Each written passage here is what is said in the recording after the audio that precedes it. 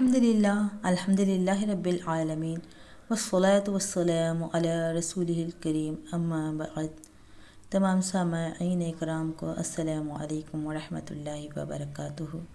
معزز سامعات، آپ نے پچھلے 2 ویڈیو میں حضرت آسیہ علیہ السلام کا قصہ سماعت کیے ہیں، تو آج کا آخری حصہ سنیں۔ بہت ہی دلچسپ ہے کہ جب آپ علیہ السلام جوان ہوئے اور آپ علیہ السلام نے نبوت کا اعلان کیا، تو سب سے پہلے ان کی صداقت اور خدا کی وحدانیت پر حضرت آسیہ رضی اللہ عنہا ایمان لائی، حالانکہ ان کا شوہر خود خدائی کا دعوے دار تھا۔ جب فرعون کو اطلاع ملی، سب سے پہلے اس کی بیوی حضرت آسیہ رضی اللہ عنہا ایمان لائی ہیں، تو طیش و غضب سے دیوانہ ہو گیا۔ حضرت آسیہ رضی اللہ عنہا کو گرفتار کر لیا گیا اور انہیں جیل میں اس قدر تکالیف دی گئیں کہ ان کے بیان سے بدن کے رونگٹے کھڑے ہو جاتے ہیں۔ مگر آپ علیہ السلام نے فرعون کے شدید اصرار کے یعنی ستانے کے، ظلم کرنے کے باوجود راہ حق سے سرمو انحراف گوارا نہ کیا، بلکہ تمام دکھوں اور مصائب کو بڑی خندہ پیشانی اور ہمت و استقلال سے برداشت کیا۔ آخر جب فرعون کے تمام حربے یعنی سازشیں ناکام ہو گئیں اور اسے یقین ہو گیا کہ وہ نشہ نہیں جسے تراشی اتار دے، اور اب آسیہ رضی اللہ عنہا کو دنیا کی کوئی طاقت آپ کے دین سے منحرف نہیں کر سکتی، تو اس نے عبرتناک سزا دینے کا فیصلہ کر لیا تاکہ دوسرا کوئی شخص حضرت موسیٰ علیہ السلام کے دین پر لبیک کہنے کی جرات نہ کر سکے۔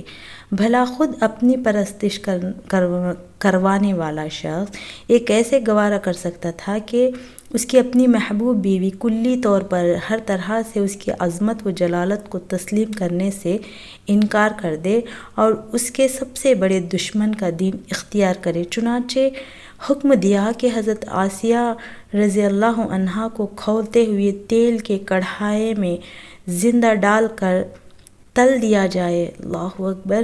مگر وہاں تو شراب حق رگ و ریشے میں سرایت کر چکی تھی، اور زندگی کی محبت کہاں باقی رہی تھی؟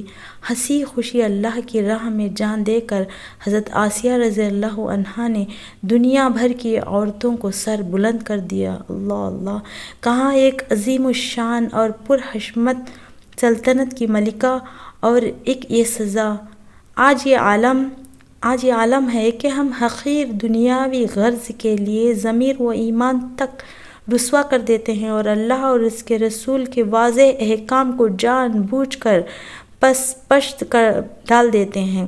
یہ ایک عجیب بات ہے کہ مذاہب کے تاریخ میں عموماً یہ شرف عورتوں کو حاصل رہا ہے کہ انہوں نے نہ صرف سب سے پہلے دعوت حق و صداقت کو ایسے حالات میں قبول کیا جبکہ پوری دنیا اس کا انکار کرتی تھی، بلکہ اس مقدس جرم کی پاداش میں ناقابل بیان سختیاں اور زہرہ گداز تکالیف برداشت کی۔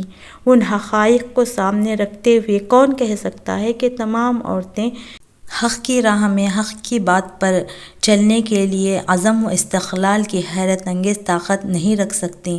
جو کوئی ایسا خیال کرتا ہے وہ نہ صرف تاریخ کو جھٹلاتا ہے بلکہ ان عالی مقام خواتین کی توہین کا مرتکب ہوتا ہے۔ بے شک عورتوں میں ہر طاقت و قوت ہے اور ہر طرح سے ہمت ہے، بس ایمان کی ان میں پختگی ہونی چاہیے اور اللہ اور رسول سے سچی محبت اور یقین ہونا چاہیے، تو وہ سب کچھ کر سکتی ہیں۔ جیسے ہماری مقدس بیویوں نے تاریخ چھوڑی ہے، ایسے بے مثال کارنامے چھوڑے ہیں۔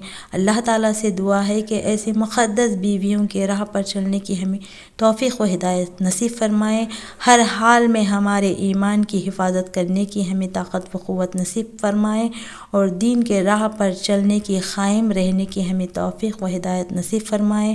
آمین۔ وما علینا الا البلاغ۔